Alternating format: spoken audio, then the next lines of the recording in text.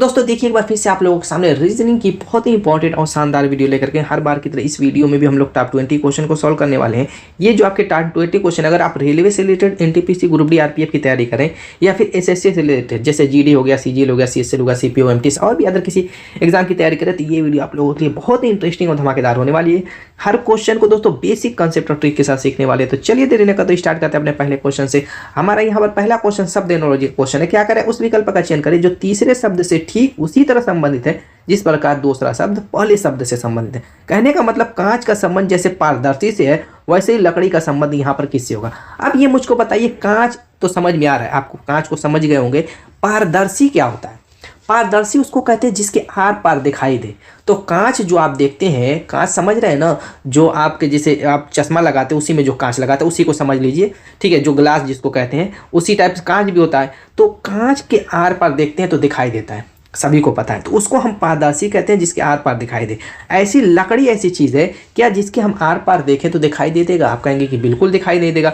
तो जिसके आर पार नहीं दिखाई देता क्या उसको पेंट कहते हैं? बिल्कुल नहीं। क्या उसको फर्नीचर कहते हैं? बिल्कुल नहीं। क्या उसको ब्लॉक कहते हैं? बिल्कुल नहीं। उसको अपारदर्शी कहते हैं। जिसके आर पार न दिखाई दे उसे अपारदर्शी, जिसके आर पार दिखाई दे उसे पारदर्शी कहते हैं। ये जो है साइंस में छोटी छोटी चीज़ें साइंस में पढ़ाई जाती है कक्षा 6, 7, 8 में भी। तो चलिए नेक्स्ट क्वेश्चन की तरफ चलते हैं। अगला क्वेश्चन देखिए, सब नंबर एनोलॉजी का क्वेश्चन है। कह 2 का संबंध जैसे 12 से 3 का संबंध यहाँ पर किससे होगा?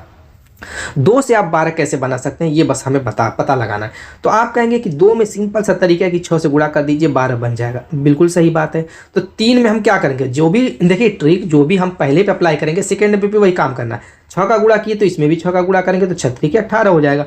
अब ऑप्शन में कहीं 18 तो दिख नहीं रहा है, ये ट्रिक काम नहीं की। चलिए कुछ और सोचते हैं। अगर मान लीजिए कि हम 2 का स्क्वायर तो नहीं बात बनेगी, 2 का अगर क्यूब करें और 2, हाँ एक बात हो रही है, एक बात मुझको समझ में आई। अगर 2 का क्यूब करें और इसी 2 का स्क्वायर करें और दोनों को जोड़ दे तो ये 2 दूना के 4 दूना के 8 हो जाएगा, 2 दूना के 4 हो जाएगा, 12 आ जाएगा। चलिए अब नेक्स्ट क्या है, 3 है। तो 3 का मैं क्यूब करूं और 3 का स्क्वायर करूं तो अगर देख लेते हैं 3 3 9 3 27 प्लस 3 3 9 इक्वल्स टू कितना हो जाएगा, 27 9 36। देखिए ऑप्शन में है, बिल्कुल है, यही आपका आंसर हो जाएगा। Option C is the right answer. Next question की तरफ चलते हैं। अगला क्वेश्चन इतना लंबा चौड़ा देखिए, बहुत ज़्यादा इसमें दिया है, तो इसको प्रैक्टिस किए रहेंगे तो इस नोट को आपको एग्जाम में पढ़ने की जरूरत नहीं पड़ेगी। तो ये टाइम आपकी बच जाएगी। जब प्रैक्टिस किए रहेंगे तब आपको समझ में आ जाएगा क्या कह रहा है। तो चलिए देख लेते हैं क्या कह रहा है कि उस समुच्चय का चयन कीजिए जिसमें दी गई संख्याओं के बीच वही संबंध है जो नीचे दिए गए समुच्चयों की संख्याओं के बीच में है। अब नोट क्या कह रहा है कि संक्रियाएं संख्याओं को उसके संगठक अंकों में विभक्त किए बिना संपूर्ण संख्याओं पर की जानी चाहिए। उदाहरण 13 पर की जाने वाली संक्रियाएं जैसे जोड़, घटाना, गुणा इत्यादि 13 पर ही की जानी चाहिए। 13 को 1 3 में विभक्त करके या फिर 1 3 पर गणितीय संख्या करने की अनुमति नहीं है। कहने का मतलब है जैसे हम 13 से अगर हमें 4 बनाना है तो आप क्या करेंगे, 1 + 3 करके 4 बना देंगे। तो हम ऐसी करने की अनुमति नहीं कह रहा है। इसमें नोट में वही लिखा है कि हम क्या करेंगे, अंकों को, संख्याओं के अंकों को अलग अलग, फॉर एग्जाम्पल 243 है, अगर हमें इसमें मान लीजिए कि बनाना है आपको 9, ठीक है। तो आप सोचेंगे कि चलो 2 4 3 अंकों को जोड़ दिया तो 4 2 36 9 बन गया, तो ये गलत हो जाएगा। ऐसी कंडीशन हमें नहीं, पहले ही नोट में लिख दिया कि अंकों को विभक्त करके। अब इस पर जैसे गुणे भी वाली क्रिया भी नहीं अप्लाई कर सकते, भाग अलग अलग नहीं। अब जो भी जैसे 13 से अगर हमें 4 बनाना है तो हम 13 में 9 घटा के 4 बना दें कि ये चलेगा। अगर ये ट्रिक काम कर गई तो इस तरीके से काम करना है, अलग अलग अंकों में विभक्त करके काम नहीं करना है। तो जब भी ऐसा नोट लिखा रहे तो पूरा पढ़ने की जरूरत नहीं, आप समझदार है, समझ गए होंगे, ठीक है। तो हमें इतना टाइम वेस्ट नहीं करना है इसको पढ़ करके। अब चलिए यहाँ पर जो समुच्चय दिया हुआ है, जैसे पहले में दिया हुआ है 2 4 18, तो 2 4 18 में है, तो देखिए तो किस टाइप का इसमें क्रम बना हुआ है, 2 4 18। तो अगर हम 2 4 को आपस में जोड़ें तो या गुणा करें तो 18 नहीं बन रहा। अगर मैं 2 और 4 का आपस में चलिए जोड़ ही देता हूं तो 4 2 6 हो जाएगा। आगे अगर हमारा 3 आ जाए तो गुणे के रूप में अगर मैं गुणा 3 कर दूं तो 3 आएगा कैसे, इस 2 को मैं ला करके इसमें +1 अपनी तरफ से एक्स्ट्रा जोड़ दूं, तब इस कंडीशन में 18 आ जाएगा। देखिए 4 2 6 और 2 1 3, 6 गुणे 3 18। चलिए दूसरे को इसी सेम लॉजिक से अप्लाई करके देख लेते हैं। कह रहा है कि 4 है, 6 है और 50 है। अगर यही क्रम मैं अप्लाई करूं तो 4 पहले 4 6 को जोड़ेंगे, फिर गुणा बनाएंगे और 4 में पहले वाले में 1 जोड़ देंगे। तो यहाँ पर 6 4 10 और 4 1 5, 10 गुणे 5 50 आ गया। अब यही ट्रिक देखते हैं किस ऑप्शन में। पहले ऑप्शन में देखें तो 2 5 49 है, पहले इन दोनों को जोड़ेंगे तो 7 आएगा, ठीक है। और गुणा करेंगे 2 में 1 3 जोड़ करें तो 7 3 21, नहीं ये गलत हो गया। दूसरे में देखते हैं तो 5 4 9 हो जाएगा, 9 और उसके बाद फिर क्या करेंगे, 5 में 1 जोड़ेंगे तो 6 हो जाएगा, 9 6 54, गलत ये भी है। तीसरे में देखते हैं तो 3 5 3 8 हो जाएगा, और इसमें गुणा करेंगे कितने से, 3 + 1 का मतलब 4 8 चौको 32, बिल्कुल आ गया, option C is the right answer.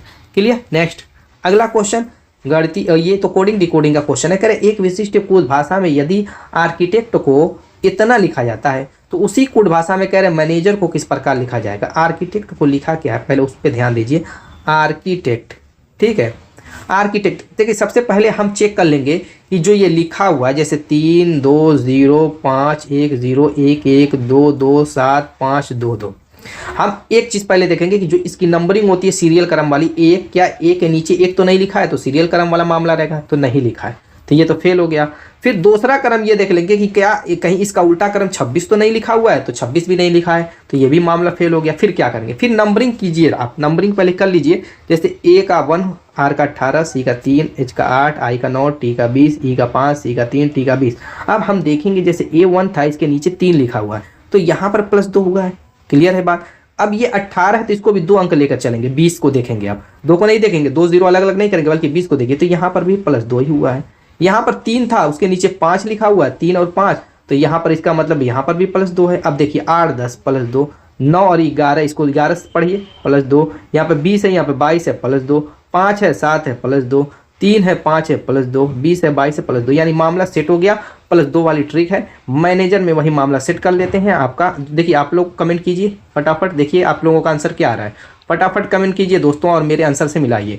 M13 पे, A1 पे, N14 पे, A1 पे, G7 पे, E5 पे, R18 पे, 2 प्लस करेंगे तो यहाँ पे क्या हो जाएगा, आप कहेंगे कि 15, यहाँ पे 3, यहाँ पे 16, यहाँ पे 3, यहाँ पे 7 2 9, 5 2 7, 18 2 20।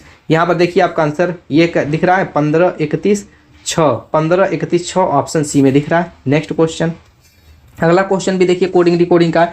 इसमें क्या करा कि एक निश्चित कोड भाषा में बस को ACTVRT लिखा जाता है और कैट को BDZBSU लिखा जाता है, तो उसी कोड भाषा में पुट को क्या लिखेंगे। देखिए बस को पहले क्या लिखा है हम लिख लेते हैं। बस को लिखा है ACTV और RT लिखा है, ठीक है। और उसके बाद कह रहा है कि कैट को क्या लिख रहा है वो देख लीजिए। कैट को लिखा है इसने BD और क्या है ZB और SU लिखा है। फिर उसके बाद कह रहा है कि पुट को क्या लिखा जाएगा इसी कोड भाषा में। तो एक चीज़ हमेशा ध्यान दीजिएगा कि यहाँ पर जो अल्फ़ाबेट के बदले अल्फ़ाबेट लिखे, तो हमें देखना है कितने अल्फ़ाबेट के बदले कितने अल्फ़ाबेट लिखा है। यहाँ पे बस में 3 अक्षर है, 3 अक्षर है ना, तो यहाँ पर देखिए 1 2 3 4 5 6 अक्षर दिया हुआ है, यानी कि दूना दिया हुआ, 3 के बदले 6 का मतलब 3 दूना का 6, दूना दिया हुआ यानी 1 के बदले 2। अब हम ये देखेंगे कि B के बदले यानी A और C दिया हुआ है। अब A और C B के बदले दिया कैसे, तो एकदम मामला साफ हो गया। A के पहले B के बदले जब A C दिया हुआ, इसका मतलब B से पहले और B के बाद वाला A और C दिया हुआ। देखिए B से पहले A, B के बाद C, मामला सेट हो रहा है, मामला समझ में आ रहा है। अब ऐसे U के बदले हम देखेंगे TV दिया हुआ है, तो U से पहले T, U के बाद B। ऐसे S के बदले RT दिया हुआ, तो S से पहले R, S के बाद T। सेम काम यहाँ पर देखिए, C से पहले B, C कैट में भी देखिए A से पहले Z, A के बाद B, T से पहले S, T के बाद U। हो गया काम, कोई दिक्कत यहाँ पर। अब देखिए P से पहले O, उसके बाद P आएगा, उसके बाद Q आएगा, OQ। देखिए सिर्फ ऑप्शन एक ही में हमारा काम बन गया, कुछ अब चेक करने की जरूरत नहीं, C में ही सिर्फ OQ दिया हुआ है। फर्स्ट 2 अल्फ़ाबेट देखिए, आपका आंसर आ चुका है। नेक्स्ट क्वेश्चन की तरफ चलते हैं। अगला क्वेश्चन कह रहा है कि 4 शब्द दिए गए जिनमें से 3 किसी प्रकार से असंगत हैं, संगत है और एक असंगत है। असंगत शब्द का चयन करें, यानी कि 3 तो किसी ना किसी एक तरीके से मेल खाते होंगे, एक अलग होगा। तो दोस्तों बहुत आसान ये क्वेश्चन है, विदाउट पेन और पेपर का ये क्वेश्चन होता है, नानी के देख करके आप सॉल्व कर लेंगे, कुछ दिक्कत नहीं है। पहले में दिया हुआ घटाना, दूसरे में वृद्धि करना, तीसरे में आगे ले जाना और चौथे में बढ़ाना। यानी कि ये वृद्धि करना, ये भी इंक्रीज वाला मैटर है, आगे ले जाना इंक्रीज करना, बढ़ाना इंक्रीज, यानी कि ये सारी जो 3 कंडीशन है ये क्या है, बढ़ने वाली चीज़ों से रिलेटेड है। लेकिन ये जो घटाना है यही क्या है, ये घटने वाली चीज़ से, यानी कम होने वाली चीज़ से। तो यही क्या हो जाएगा, ऑप्शन इज द राइट। ये बहुत आसान था, इसमें तो कुछ दम ही नहीं है, हालांकि NTPC के एग्जाम में पूछा हुआ है। नेक्स्ट क्वेश्चन की तरफ चलते हैं। अगला क्वेश्चन क्या कह रहा है कि यहाँ पर मिसिंग संख्या क्या होगी, 9 10 22 69 280 और मिसिंग संख्या। मिसिंग संख्या पूछ रहा है, इसके पैटर्नों को हम समझ लेते हैं। सबसे बेस्ट तरीका यही होता है, जैसे 9 से 10 बना हुआ है तो आप कहेंगे कि यहाँ पे +1 हुआ है, 10 से 22 बना हुआ है तो आप कहेंगे कि यहाँ पर +12 बना हुआ है, 22 से 69 बना हुआ है तो यहाँ पर तो बहुत ज़्यादा हो रहा है। ये प्लस वाला मैटर अप्लाई ना करें, प्लस वाले मैटर से काम नहीं बनेगा, मैं कहूँगा कि गुणे वाला मैटर ही अप्लाई कीजिए। तो 9 में किस संख्या का गुणा करेंगे? 10 होगा। आप कहेंगे कि 9 में 1 का गुणा करेंगे तो 1 होगा, जब उसमें हम 1 जोड़ेंगे तब जा करके 10 बनेगा, वरना कोई ऐसी संख्या है ही नहीं कि 9 का गुणा करके आप 10 डायरेक्ट ला सकते नहीं ना, तो हमें 1 का सहारा लेना पड़ेगा जोड़ करके। ठीक है, अब 10 से 20 बनाने के लिए कितने का गुणा करना पड़ेगा? तो अप्रॉक्स उसके आसपास समझिए कितना है, कहेंगे कि 2 का गुणा कीजिए 20 आ जाएगा, लेकिन क्या करेंगे जब 2 जोड़ेंगे तब ना 22 होगा। देखिए एक पैटर्न हमें मिल गया, 1 का गुणा किया 1 जोड़ा, 2 का गुणा किया 2 जोड़ा, यानी कि नेक्स्ट में क्या होगा 22 3 66, यानी 3 का गुणा करेंगे 66 और प्लस 3 69 हो जाएगा। मामला सेट होता जा रहा है दोस्तों, हमारी ट्रिक काम कर गई। यानी कि इसमें 4 का गुणा करके 4 जोड़ेंगे तो करके देख लीजिए उतना ही आएगा, और आगे क्या करेंगे हम 5 का गुणा करके 5 जोड़ेंगे। देखिए क्रम बन गया, 1 का गुणा 1 जोड़ा, 2 का गुणा 2 जोड़ा, 3 का गुणा 3, 4 का गुणा 4, 5 का गुणा 5 जोड़ा, यहाँ पे 5 हो जाएगा। अब 5 का गुणा कर लीजिए यहाँ पर, तो आप कहेंगे कि 5 वाले 40 हो जाएगा, 40 को 0 और यहाँ पर 5 गुना के 10 4 14 हो जाएगा। अब 14 में 5 जोड़ेंगे तो 1405 हो जाएगा, जो कि ऑप्शन सी में दिख रहा है। नेक्स्ट क्वेश्चन की तरफ चलते हैं। अगला क्वेश्चन कह रहा है कि ये जो दिया हुआ है इसमें देखिए ABC डॉलर प्लस है DEFI, यानी कि प्रतीकों का भी यूज़ है इसमें और साथ साथ अल्फ़ाबेट का भी यूज़ किया गया। यहाँ तक कह रहा है क्रम का उपयोग करते हुए निम्न व्यंजन में रिक्त स्थान भरें। देखिए ये क्वेश्चन इतना आसान है कि आप सोच भी नहीं सकते। बस ये जो दिया हुआ है आप लोगों के सामने, अगर पहली बार आया होगा तो आपकी अक्ल काम नहीं कर रही होगी कि ये क्या है, ये क्या है। ठीक है, तो इस तरीके का क्वेश्चन आपके माइंड में चल रहा होगा। हालांकि इतना आसान है, अभी मैं करूँगा तो आप कहेंगे कि ये तो सेकेंडों का काम विदाउट पेन और पेपर वाला। देखिए आपको करना क्या है, ये जो नीचे दिया हुआ है, नीचे $DG अल्पविराम @ दिया हुआ, हमें देखना है कि जो ऊपर ये क्वेश्चन में दिया हुआ है वो चौथे स्थान पर दिया हुआ है। तो आप देखेंगे ए जो है दिया हुआ है यहाँ पे पहले स्थान पर दिया हुआ है, ए पहले स्थान पर। ठीक है, उसके बाद क्या है डॉलर है, डॉलर को यहाँ पर देखिए चौथे स्थान पर, देखिए 1 2 3 4 चौथे स्थान पर डॉलर है, तो मैं यहाँ पर 4 लिख लूंगा। फिर उसके बाद डी है ना, तो डी को देखिए 4 के बाद 5 6 7वें स्थान पर डी है, तो मैं 7 लिख लूंगा। फिर यहाँ पे जो गाय वाली संख्या है, यहाँ पे जो डैश दिया हुआ उसके बदले में मैसिंग संख्या यहाँ पे लिख लूंगा। उसके बाद जी है ना, जी को मैं काउंट कर लूंगा चौथे स्थान पर है, तो यहाँ तक 7 गए थे, 8 9 10 11 12 13, 13वें स्थान पर जी आ गया। और उसके बाद अल्प विराम है 14 15 16वें स्थान पर आपका अल्प विराम, उसके बाद 17 18 19वें स्थान पर @ आप आ गया है। ये हो गया काम, ये आपकी एक पैटर्न बन गया, एक सीरीज बन गई। बस इसी से आपका आंसर आ जाएगा। मिसिंग संख्या आपको निकाल लेनी है। अब हमें देखना है कि ये किस क्रम में घट बढ़ रहा है। आप कहेंगे कि 1 4 3 4 3 7, आगे देखते हैं 13 3 16 16 3 19, सब में जब 3 प्लस हो रहा है तो यहाँ पर भी +3 होगा, तो 7 3 10 हो जाएगा। बस आपका आंसर आ चुका है। हमें ये देखना है कि 10वें स्थान पर उस सीरीज में, जो क्वेश्चन वाली सीरीज में कौन सा नंबर आ रहा है, बस वही आपका आंसर हो जाएगा। तो आप कहेंगे कि डी आपका 7वें पे था, 8 9 10, यानी एंड जो है वही 10वें स्थान पर है, तो option A is the right answer, यानी यहाँ पे एंड आ जाएगा। क्लियर? क्या था इसमें जी, बताइए आप ही लोग, कुछ है दम? नहीं है। नेक्स्ट क्वेश्चन, यहाँ पर भी मिसिंग संख्या है। कह रहा है कि दिए गए पैटर्न का ध्यानपूर्वक अध्ययन करें और x के मान को निरूपित करने वाली संख्या का चयन करें। देखिए अगर आपको 1 से 30, मैं 20 नहीं कहूँगा बल्कि 20 तो होना चाहिए यार, 30 तक कोशिश कीजिए स्क्वायर और 1 से 30 तक का क्यूब। अगर ये याद है, इस टाइप के क्वेश्चन को आप देखते ही तुरंत समझ जाएंगे कि इसमें कौन सी ट्रिक काम करेगी। कुछ भी आपको नहीं करना है, बस देखते ही आप समझ जाएंगे। जैसे मान लीजिए कि 4 है, ठीक है, तो आप कहेंगे कि ये 2 का स्क्वायर है। उसके बाद 9 है तो आप कहेंगे कि ये 3 का स्क्वायर है। उसके बाद 16 है, आप कहेंगे कि ये 4 का स्क्वायर है। उसके बाद 25 है, आप कहेंगे कि ये 5 का स्क्वायर है। उसके बाद 36 है, आप कहेंगे कि ये 6 का स्क्वायर है। उसके बाद 361 आप कहेंगे कि 19 का स्क्वायर है। उसके बाद हमें लाना है वो मिसिंग संख्या यहाँ पे 289 आप कहेंगे कि 17 का स्क्वायर है। 256 आप कहेंगे कि 16 का स्क्वायर है।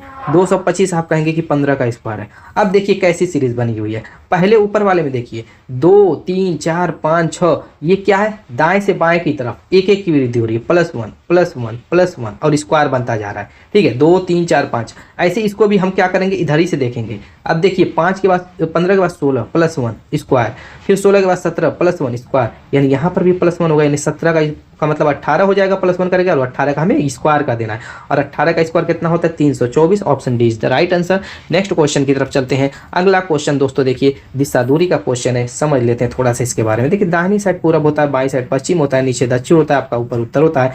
बस आपका मामला भी सेट हो जाएगा इतने ही में। चलिए चलते हैं क्वेश्चन की तरफ। क्वेश्चन क्या करे, लतिका और उसका दोस्त एक दूसरे के सामने एक रेस्तरां में बैठे हुए हैं।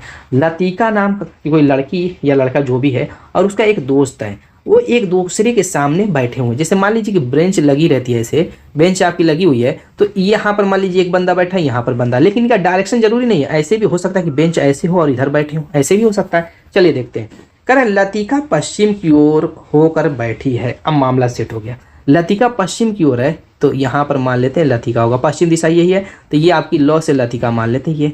और इधर जो है इसका दोस्त है तो ये यानी कि पूरब की ओर होगा तो दो से दोस्त मान लेते हैं, ये पूरब हो गया, ये पूरब डायरेक्शन, इधर पश्चिम डायरेक्शन। तो लतिका को कह रहा है पश्चिम की तरफ, तो हमें हिंट मिल गया, काम बन गया, बस इतने ही से।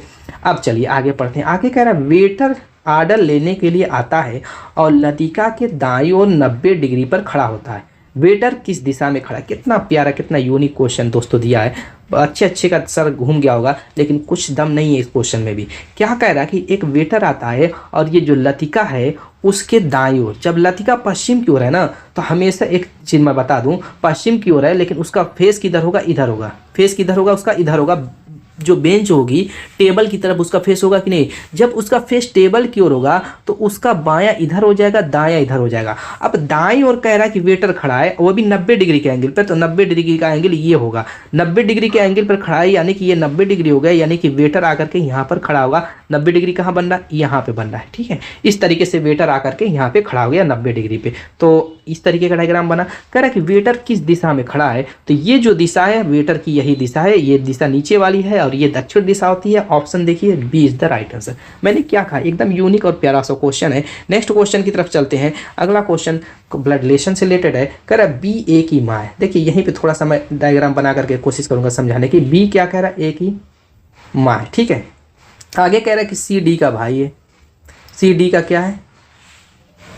भाई है। चलिए देखिए जब भी ब्लड रिलेशन का क्वेश्चन हो उसमें पहले कड़ियाँ जोड़ लीजिए। मैं इसको यहाँ पे थोड़ा सा कर देता हूँ, थोड़ा साफ लगे, समझ में भी आया। बी कह रहा है कि ए की क्या है? माँ है। तो इससे ये पता चल गया कि बी स्त्री है। यहाँ पे निगेटिव का चिन्ह हम बना देंगे ताकि पता चले कि स्त्री। ए क्या है? लड़की है कि उसकी लड़का, पुत्री है कि पुत्र, हमें पता नहीं तो उसको छोड़ देंगे हम, वैसे ही प्लस बना कि माने सभी कन्फ्यूजन है। आगे कह रहा था सी डी का भाई है, तो यहाँ पर भी हम क्या दिखाएंगे? सी डी का भाई दिखा देंगे, ठीक है। और यहाँ पर क्या हो जाएगा? सी जब भाई है डी का तो ये प्लस हो जाएगा हर हाल में, यहाँ पे कोई दिक्कत नहीं। अब डी इसकी बहन है कि भाई कन्फर्म नहीं तो उसको भी वैसे ही छोड़ देंगे, ठीक। उस पर भी प्लस माइनस का यूज़ नहीं करेंगे। जो क्लियर है कि ये स्त्री है, ये पुरुष है, उसी पे ही हम यूज़ करेंगे, बाकी छोड़ देंगे। हो सकता है कि आगे क्लियर हो जाए। अब चलिए आगे क्वेश्चन पढ़ते हैं। कह रहा है बी और सी, डी और ई, एफ और जी 3 विवाहित युगल है। विवाहित युगल का मतलब पति पत्नी है। बी और सी को कह रहा है, तो बी और सी जब पति पत्नी हो गए तो बी यहाँ पे पत्नी का काम करेगी, सी क्या हो जाएगा? पति का काम करेगा। तो ऐसे भी डायरेक्शन दिखा सकते हैं कि ऐसे दिखा दीजिए कि सी जो है बी के पति है, ठीक है। सी बी का पति है। आगे फिर कह रहा है कि डी जो है, डी और ई भी पति पत्नी है, लेकिन इन दोनों में कौन स्त्री है कौन पुरुष है ये हमें कन्फर्म नहीं है। आगे कह रहा है कि जो एफ और जी हैं ये भी क्या है? विवाहित हैं, यानी ये भी क्या है? पति पत्नी है। अब नेक्स्ट स्टेप देखिए क्या कह रहा है। एफ जो है ई का ससुर है। एफ को कह रहा है कि एफ जो है इस ई का क्या है? ससुर है। अच्छा ये ससुर हो गया, यानी कि यहाँ से ये पता चल गया कि ये पुरुष है, ये पुरुष है, इतना पता चल गया। तो जी क्या होगी इसकी? आप कहेंगे कि सास होगी। सास होगी कि नहीं? जब ये दोनों पति पत्नी है, एफ ससुर है ई का, तो जी इसकी सास होगी, यानी निगेटिव हो जाएगी, ये स्त्री हो जाएगी। चलिए इतना क्लियर हो गया। अब यहाँ पर एक चीज़ और ध्यान दीजिए कि यहाँ पर जो स्टेप हमने छोड़ा ऊपर, यहाँ पर मैं कलर चेंज करूँ तब आपको क्लियर हो जाएगा। देखिए इस क्वेश्चन को बस समझाने में टाइम लग रही है, वरना इसमें भी कुछ टाइम नहीं लगेगी, ये मत सोचिएगा बहुत ज़्यादा टाइम लगेगी, नहीं। अब यहाँ पर कह रहा है कि सी डी का भाई है। सी क्या है? डी का भाई है। अब यहाँ पर जब ये डी ई आपस में पति पत्नी कन्फर्म हो चुका है, पहले ही वो बता चुका कि ये दोनों क्या है? विवाहित जोड़े हैं। तो यहाँ पर एफ ई का ससुर बता दिया, तो जी क्या होगी? इसकी सास होगी। क्वेश्चन क्या करे कि बी जी से किस प्रकार संबंधित है? बी जी से किस प्रकार संबंधित है? तो अब मुझको ये बताइए कि जब ये एफ जी इसके सास हो गए तो ये इसके क्या होंगे? आप कहेंगे कि माता पिता होंगे। माता पिता, आप सपोज कीजिए आप डी हैं, ऐसे सोचिए आप डी हैं, तो आपके जो माँ बाप होंगे वो आपकी पत्नी के क्या लगेंगे? आप कहेंगे कि सास ससुर लगेंगे, ठीक है, आपके माँ बाप। तो ये डी आप हैं, तो एफ और जी आपके माँ बाप हो गए। जब एफ और जी आपके माँ बाप हो गए तो वही किसके? सी के माँ बाप नहीं होंगे? एफ और जी सी के भी तो माता पिता होंगे। माता पिता होंगे कि नहीं होंगे? यहाँ पर कोई डाउट? एफ और जी सी के भी, क्योंकि डी क्या है? सी जो है डी का भाई है, तो उस कंडीशन में जब डी के माता पिता है तो सी के भी माता पिता होंगे। अब ये कह रहा है कि बी का जी से क्या संबंध है? तो दोस्तों आप मान लीजिए यहाँ पे अब आप कैरेक्टर में सी के घुसिए। मान लीजिए आप सी हैं, आपकी पत्नी बी है, तो आप के जो पिता होंगे, यहाँ पे पिता जी का नकार है तो जी माता ना है, क्योंकि यहाँ पे निगेटिव है, ये निगेटिव है, ये पॉजिटिव है। तो जो आपकी माता होगी, माता, उसकी आपकी पत्नी क्या लगेगी? आप कहेंगे कि वो मेरी माँ की जो है बहू लगेगी। बहू कहिए या पुत्र की पत्नी कहिए। तो ऑप्शन में चूंकि बहू के रूप में दिया नहीं है, पुत्र की पत्नी के रूप में दिया हुआ है, तो उसी पे आप टिक लगा देंगे। कंफर्म हो गया। नेक्स्ट अगला क्वेश्चन करें, यदि लेस को गुणा भाग को प्लस माना जाए तो इसका मान क्या होगा? बहुत सिंपल सा क्वेश्चन है, छोटा सा है, कमेंट कीजिए इसका आंसर। जैसे भाग 2 है, ठीक है, तो कह रहा है कि लेस का अर्थ गुणा, तो लेस की जगह हम क्या करेंगे? गुणा बना देंगे, ठीक है, और भाग का अर्थ कह रहा प्लस बना देंगे।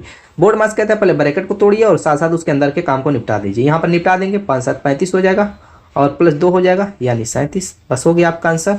Option C is the right. Next question, अगला क्वेश्चन वेन डायग्राम से रिलेटेड है। कह रहा है कि उस वेन आरेख का चयन करें जो दिए गए वर्गों के समुच्चयों के बीच के संबंधों को सर्वोच्च ढंग से निरूपित करता है। बहुभुज है, चतुर्भुज है और त्रिभुज है। देखिए त्रिभुज आप जानते हैं, 3 भुजाओं वाले को त्रिभुज कहते हैं, ये त्रिभुज है। चतुर्भुज 4 भुजाओं वाली 4 भुजाओं से घिरी हुई आकृति को चतुर्भुज कहते हैं। उसमें वर्ग भी आता है, आयत भी आता है, समांतर चतुर्भुज, समलंब चतुर्भुज, बहुत सारे चतुर्भुज आते हैं। वो आपका 4 भुजा वाले तो चतुर्भुज कहलाता है। अब बहुभुज, बहुभुज उसको कहते हैं जो 3 या 3 से अधिक, कम से कम मिनिमम 3 भुजा होनी चाहिए। 3 या 3 से कितनी भी अधिक भुजाओं से घिरी हुई आकृति हो तो उसे बहुभुज कहा जाता है। जैसे त्रिभुज भी एक बहुभुज है, चतुर्भुज भी एक बहुभुज है। तो अगर आपको इतना नहीं पता था तो जान गए होंगे, यहाँ थोड़ी सी परिभाषा थी हल्की फुल्की, समझाना बहुत ज़रूरी था।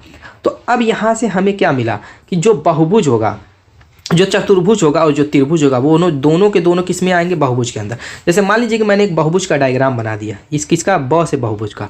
तो इसमें जो चतुर्भुज आएगा, च से चतुर्भुज और त से त्रिभुज दोनों आएगा। लेकिन चतुर्भुज में 4 भुजा, त्रिभुज में 3 भुजा, तो ये दोनों इक्वल नहीं होंगे, ये दोनों बैलेंस नहीं करेंगे, बल्कि दोनों डिफरेंस है। तो इसलिए इन दोनों का मिलन नहीं होगा। ऐसा नहीं कि चतुर्भुज और त्रिभुज के इतना मिला दें या चतुर्भुज त्रिभुज को ऐसे मिला करके कर दें कि चले त्रिभुज में तो 3 भुजा होती है, चतुर्भुज में 4 भुजा हो गई, चतुर्भुज के अंदर त्रिभुज आ गया। ऐसी बात नहीं है दोस्तों, ऐसे मत कीजिएगा, अपना एक्स्ट्रा माइंड मत लगाइएगा। हमेशा डायग्राम, वेन डायग्राम हो या सिलोजिज्म का क्वेश्चन के अनुसार आपको करना है, अपना एक्स्ट्रा माइंड नहीं यूज़ करना है, ठीक है। तो इस तरीके से आपका बन गया, जो कि ऑप्शन सी में दिख रहा है। तो हमें तीनों में क्या रहता है? 3 4 नाम भी कहीं कहीं दिया रहता है, उसमें परस्पर आपस में रिलेशन निकालना है। रिलेशन निकाल करके बस डायग्राम बना देना, काम खत्म हो गया। नेक्स्ट अगला क्वेश्चन, ये क्वेश्चन देखिए थोड़ा जटिल टाइप दिख रहा है लेकिन बहुत आसान है, कुछ है ही नहीं इसमें। कह रहा है निम्नलिखित वेन आरेख का ध्यानपूर्वक अध्ययन करें और उसके आधार पर पूछे गए प्रश्न का उत्तर दें। देखिए यहाँ पर पहले देखिए, ये जो षटभुज है, 6 भुजाओं से घिरी हुई आकृति, इसको कह रहा है इंस्टीट्यूट। क्या कह रहा है? इंस्टीट्यूट। और उसके बाद जो एक पंचभुज भी दिख रहा है, इस पंचभुज से घिरी हुई आकृति का क्या नाम दिया है? Super speciality. और यहाँ पर एक चतुर्भुज है, चतुर्भुज का नाम क्या दे रहा है? ये देखिए, तो चतुर्भुज का नाम दिया हुआ है रेजिडेंशियल। और उसके बाद एक पतंगा चतुर्भुज है, वर्ग जो भी समझिए इसको भी, ये हॉस्पिटल्स दिया हुआ है। अब क्वेश्चन जो करेगा उस हिसाब से हम आंसर देंगे, ठीक है। इस टाइप के क्वेश्चन में मैं बताता हूँ, जिसको कहे नहीं उसके अंदर के जितने भी संख्याएं दी हुई है उसको खत्म कर दीजिए, साफ कर दीजिए, उसको छिपा लीजिए, ठीक है। और जिसको कहे हाँ, बस उसी को शो कीजिए, बस वहीं से आपका आंसर आ जाएगा। तो चलिए इसमें देखते हैं क्या कर रहा है कि कितने आवासीय सुपर स्पेशलिस्ट हॉस्पिटल संस्था है, यानी ये सभी को ले लिया है।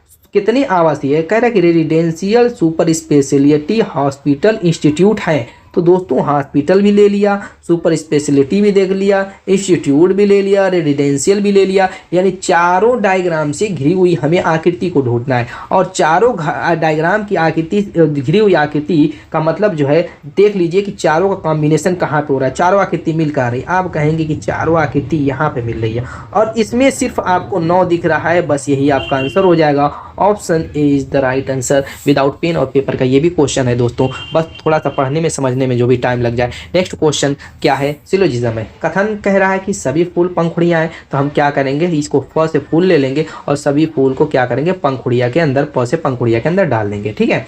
सभी फूल को हमने क्या किया? पंखुड़ियों के अंदर डाल दिया। आगे कह रहा है कि सभी पंखुड़ियां मुलायम होती हैं, ये स भी लिख देते हैं ताकि सभी पंखुड़ियां पता चले। कह रहा है सभी पंखुड़ियां मुलायम होती हैं, तो सभी पंखुड़ियों को हम क्या करेंगे? मुलायम के अंदर डाल देंगे। इस तरीके से हमने इस तरीके का डायग्राम बनाया। जो कथन जो कहेगा, जैसे कहेगा उस हिसाब से हम डायग्राम बनाएंगे। हाँ, कथन में क्या कह रहा है उससे आपको कोई मतलब नहीं है, वो किसी भी दुनिया की बात कर रहा हो, ये वो गधे को कुत्ता बना रहा हो, इंसान को गधा बना रहा हो, कुछ भी किसी को बना रहा हो, उससे आपको कोई फर्क नहीं पड़ना चाहिए। बस जैसे कहे वैसे डायग्राम बना देना है। हमने डायग्राम बना दिया, अब इस डायग्राम से निष्कर्ष को मिलाएंगे, कौन सा निष्कर्ष सही है गलत है। यहाँ पर एक चीज़ मैं इस टाइप की क्वेश्चन में मैं बताता हूँ। देखिए जो अंदर वाला है, जैसे पंखुड़ियाँ कहे कि सभी पंखुड़ियाँ आपकी क्या है, मुलायम है, या सभी पंखुड़ियाँ जो है यहाँ पे फूल है, ये फ से फूल है।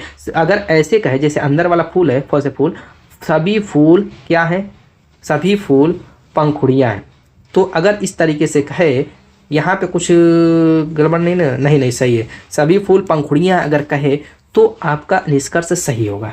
अगर कहे सभी फूल मुलायम है तो भी आपका निष्कर्ष सही होगा। अगर कहे सभी पंखुड़ियाँ मुलायम है तो भी आपका निष्कर्ष सही हो, यानी अंदर वाला सभी कहे बाहर वाला है तो सही है। लेकिन अगर कहे कि सभी मुलायम पंखुड़ियाँ हैं तो गलत हो जाएगा। देखिए समझिए इस बात को कि अगर बाहर वाला कहे जैसे सभी मुलायम जो है सभी पंखुड़ियाँ हैं, अगर ये कह दे तो गलत हो जाएगा। सभी पंखुड़ियाँ फूल है कह दे तो भी गलत, यानी कहने का मतलब है कि अंदर वाला सभी बाहर वाला हो जाएगा, सभी बाहर वाला अंदर वाला नहीं होगा। हाँ अगर कहे कुछ मुलायम पंखुड़ियाँ तो सही होगा, कुछ मुलायम फूल है तो भी सही होगा, यानी अगर बाहर वाला कुछ कहे अंदर वाला तो सही होगा, सभी नहीं होगा, और अंदर वाला सही बात। बस इतना ही आपको जानना था इसमें। बस अब देखिए कैसे निष्कर्ष से हम धुआं कर देते, सेकंडों में निकलेगा। जितना ज़्यादा कंफ्यूजन कहा जाता है, मेरी वीडियो देख लीजिएगा दोस्तों, जैसा भी क्वेश्चन है धुआं हम लोगों ने कर दिया हर वीडियो में, ठीक है। इस टाइप के क्वेश्चन को कोई कंफ्यूजन नहीं रहेगी। यहाँ पर निष्कर्ष पहला कह रहा है सभी फूल मुलायम होते हैं। क्या कह रहा है कि सभी फूल, अंदर वाला कह रहा है कि सभी बाहर वाला है। देखिए सभी फूल मुलायम होते हैं, यानी सभी फूल को मुलायम बना रहा है, सभी अंदर वाले को बाहर वाला बना रहा है, बिल्कुल सही है। आगे कह रहा है कुछ मुलायम पंखुड़ियाँ होती हैं। अब यहाँ पर कुछ मुलायम पंखुड़ियाँ होती हैं, यहाँ पर देखिए पंखुड़ियाँ तो बीच वाला नहीं, कुछ मुलायम कुछ कह रहा है तो ये भी सही हो जाएगा। अगर कहता सभी मुलायम पंखुड़ियाँ होती हैं तो गलत हो जाता। मैंने क्या कहा, बाहर वाला कुछ अंदर वाला हो जाएगा, सभी बाहर वाला अंदर वाला नहीं होगा। तो यही कह रहा है कि कुछ मुलायम पंखुड़ियाँ होती है, बिल्कुल बात सही है। दोनों अनुसरण करता है, केवल दोनों निष्कर्ष अनुसरण करते हैं। Option B is the right answer. Next question की तरफ चलते हैं। अगला क्वेश्चन सीटिंग अरेंजमेंट से कोई रिलेटेड है। चलिए दोस्तों देख लेते हैं कि क्या कह रहा है ये। क्या कह रहा है यहाँ पर कि 5 लड़कियां बीना, लीना, मीना, रीना और टीना कोई खेल खेल रही हैं। 5 लड़कियां हैं, 5 लड़कियां। पहले उनका मुख देख लेते हैं किधर है। कह रहे वे उत्तर की ओर मुख करके एक पंक्ति में बैठी, उत्तर की तरफ मुख है, 5 लड़कियां इस तरीके से, ठीक है। तो 5 लड़कियां हैं, तो अभी जैसे जैसे क्वेश्चन में कहेगा स्टेप बाय स्टेप उनको रख देंगे। जब भी उत्तर की तरफ मुख करके कहे तो जिधर आपका दायां है उधर उनका दायां, जिधर आपका बायां उनका बायां। उत्तर की तरफ मुख रहेगा तब दक्षिण की तरफ रहेगा तो ये डायरेक्शन दायां बायां चेंज कर देंगे, ठीक है। और पूरब की तरफ रहेगा तो उसको हम उत्तर मान लेंगे, पश्चिम की तरफ रहेगा तो हम उसको उत्तर मान लेंगे, ठीक है। इस तरीके से इस टाइप के क्वेश्चन को सोल्व किया जाता है, सीटिंग अरेंजमेंट वाला पंक्ति वाले क्वेश्चन को। आगे कह रहा है कि मीना पश्चिमी छोर पर बैठी है। मीना क्या करे, पश्चिम, तो पश्चिम किधर है, इधर है।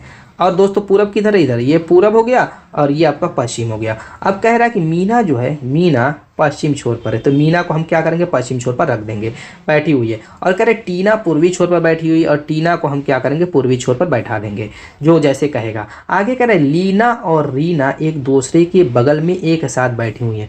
लीना और रीना, तो यहाँ पर लीना और रीना को हम कहाँ रख सकते, जैसे लीना को यहाँ पर भी रख सकते हैं, रीना को यहाँ पर। लीना हो सकता है कि यहाँ पर और रीना यहाँ पर हो सकता है कि रीना यहाँ पर और लीना, तो इसमें कन्फ्यूजन है अभी, तो इसको हम थोड़ा सा छोड़ देंगे, इस लाइन को छोड़ करके थोड़ा आगे बढ़ेंगे। लीना और रीना कर एक दूसरे के बगल में एक साथ बैठी है। आगे कह रहा है बीना जो है लीना के बाईं ओर मीना के दाईं ओर बैठी हुई है। क्या कह रही है कि बीना जो है, बीना लीना के बाईं ओर और मीना के दाईं ओर। देखिए लीना को कह रहा है, लीना को, लीना जो है बीना लीना के बाईं ओर, बीना को कह रहा है लीना के बाईं ओर और मीना के दाएं। मीना का दाएं पहले देखिए इधर है, जो दिया हुआ पहले उसको समझिए। मीना के दाईं ओर कौन बैठी है, बीना बैठी हुई है, बीना बैठी है। और साथ साथ ये भी कह रहा है जो बीना है लीना के बाईं ओर है, तो लीना को जब यहाँ पर रखेंगे तभी इसके बाईं ओर बीना आएगी और मीना के दाईं ओर आएगी। अब इस सेंटेंस से हमें ये प्रूफ, ये जो है मिला, जैसे बीना कह रहे बीना लीना के बाईं ओर, तो लीना के बाईं ओर है और मीना के दाईं ओर और मीना के दाईं ओर है। कौन है, बीना। इस तरीके से हमने सेट कर लिया। अब जो हमने छोड़ा था उसको पकड़ते हैं। कह रहे लीना और रीना एक दूसरे के बगल में एक साथ बैठी हैं।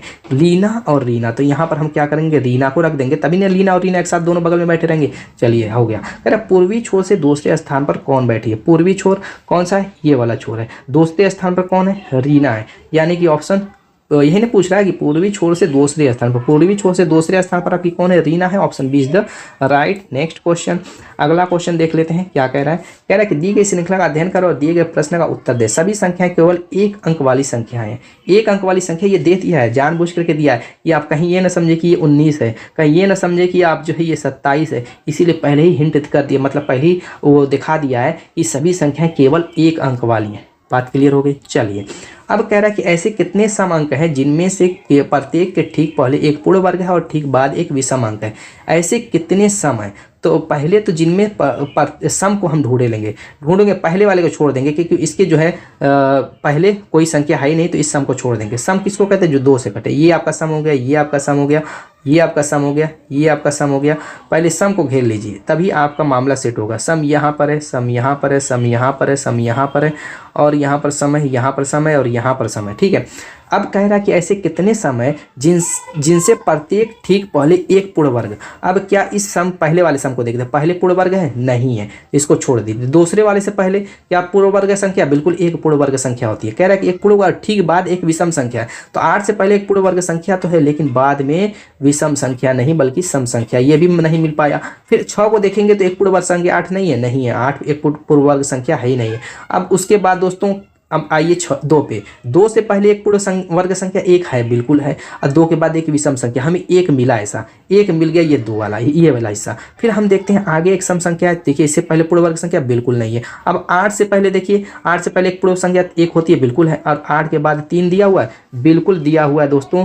यहाँ पर भी देखिए एक छोड़ दिया हमने यहाँ पर गलती की है। यहाँ पर हम 19 को देख बैठे, हालांकि उसने कह दिया कि केवल एक अंक वाली संख्या है। 4 से पहले देखिए 9 दिया हुआ है ना, 9 एक पूर्ण वर्ग संख्या होती है और बाद में एक विषम संख्या है, तो दोस्तों ये भी क्या कर रहा है, फॉलो कर रहा है निर्देश को। ठीक है, तो ये भी एक मिल गया। अब यहाँ पर देखिए 8 से पहले भी एक पूर्ण वर्ग संख्या और 8 के बाद एक विषम संख्या। ये तो कह रहा है कि कोई ऐसी सम संख्या ढूंढिए जिससे पहले वाली संख्या पूर्ण वर्ग हो और बाद एक विषम संख्या, तो ये भी मिल गया हमें, एक और मिल गया, एक और जोड़ लीजिए। फिर उसके बाद 6 से पहले क्या है, नहीं है। 8 से पहले नहीं है, 2 से पहले नहीं है। उसके बाद यहाँ पर देखिए 8 से पहले इधर वाले में, इस वाले में 8 से पहले एक पूर्ण वर्ग संख्या, 8 के बाद एक विषम संख्या, बिल्कुल सही। 6 से पहले पूर्ण वर्ग संख्या नहीं, बस 4 ही मिली है, तो ऑप्शन देखिए बी 4। क्लियर। नेक्स्ट आपका कैलेंडर का क्वेश्चन है। कह आरजू का जन्म 25 जनवरी 2015 को हुआ था, जबकि आस्था का जन्म 514 दिन बाद हुआ था। आस्था का जन्म किस तारीख को हुआ था, हमें यही पता करना है। तो पहले तो हम क्या करेंगे, 25 जनवरी 2015 को किसका जन्म हुआ था, आप कहेंगे कि आरजू का। अब आस्था का जन्म कह रहा है कि इससे 554 दिन बाद हुआ था, बस यही जोड़ करके निकाल लेना है कौन सा आएगा। तो हमें पता है कि 2015 एक नॉर्मल ईयर होता है और नॉर्मल ईयर में 365 दिन होते हैं। तो पहले तो हम क्या करेंगे, इसमें 365 इसमें से घटा लेंगे, यानी कि 365 किसमें से घटाएंगे, आप कहेंगे थोड़ा सा मैं इसको साइड में कर लूँ, जगह वरना दिक्कत हो जाएगी। यहाँ पर मैं क्या करूँगा, जैसे 554 है, इसमें से मैं एक साल निकाल लेता हूँ, तो आप कहेंगे 365 निकालेंगे, क्योंकि 2015 है।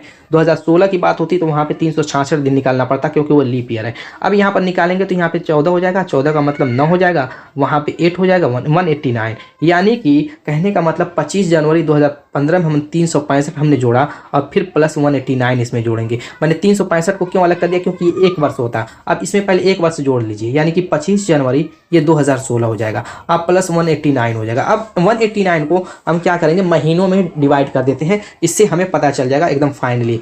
बाकी तो ये पता चल गया 25 जनवरी जो है 2016 होगा और ये 189 दिन होगा। अब 189 दिन को सोचिए कि कितने महीने के लगभग होगा। आप कहेंगे कि 36 के 18, यानी कि 6 महीने का 30 के हिसाब से जोड़ते हैं तब भी 180 आता है, यानी 6 महीना। अगर हम 6 महीना के हिसाब से चलते हैं तो 25 जनवरी में कितना दिन बचा हुआ, पहले यहाँ से स्टार्ट करेंगे चलना। तो इसको तो हम महीना नहीं जोड़ेंगे, इसके अलावा भी 6 महीना चलेंगे। तो चलिए देखिए कैसे स्टेप बाय स्टेप हम करते हैं। तो 25 जनवरी में आप कहेंगे जनवरी 31 की होती है, 6 दिन इसमें बचा, प्लस उसके बाद फरवरी आता है। फरवरी 2016 की लीप ईयर वाली होती है, तो ये 29 की होगी। ठीक है, फरवरी के बाद मार्च 31 का होता है।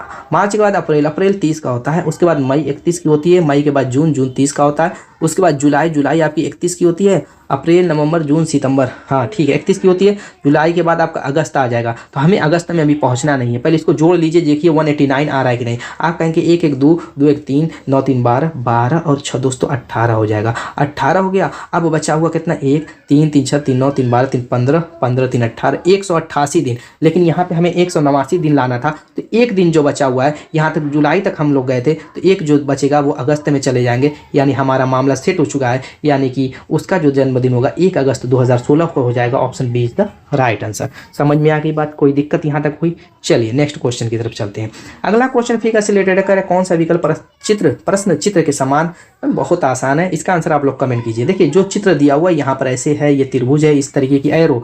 अब आपको देखना ABCD में इस तरीके का जो चित्र है वो किस में है। तीनों चित्र सेम ऐसे ही होने चाहिए। हाँ, इसमें देखिए आकृति को घुमाने की अनुमति इस टाइप का जो है निर्देश नहीं लिखा हुआ है, तो आप आकृति को घुमा सकते हैं, जैसे त्रिभुज को ऊपर नीचे कर सकते हैं, ठीक है, क्योंकि इसमें लिखा नहीं है। जहाँ लिखा रहेगा कि आकृति को घुमाने की अनुमति नहीं है, वहाँ आपको आकृति नहीं घुमाना है, लेकिन यहाँ पे नहीं लिखा, यहाँ पे घुमा करके सेट कर सकते हैं। तो इस तरीके का हमें देखना है और कमेंट करना है। चलिए चलते हैं अपने अगले क्वेश्चन की तरफ। नेक्स्ट क्वेश्चन काउंटिंग फिगर से रिलेटेड क्वेश्चन है, सिर्फ एक ट्रिक से यहाँ हमारा मामला सेट हो जाएगा। जैसे यहाँ पर त्रिभुज ऐसा आकृति है, तो इसमें हम क्या करेंगे, नंबरिंग कर देंगे और दोनों को जोड़ देंगे, 1 + 2 = 3।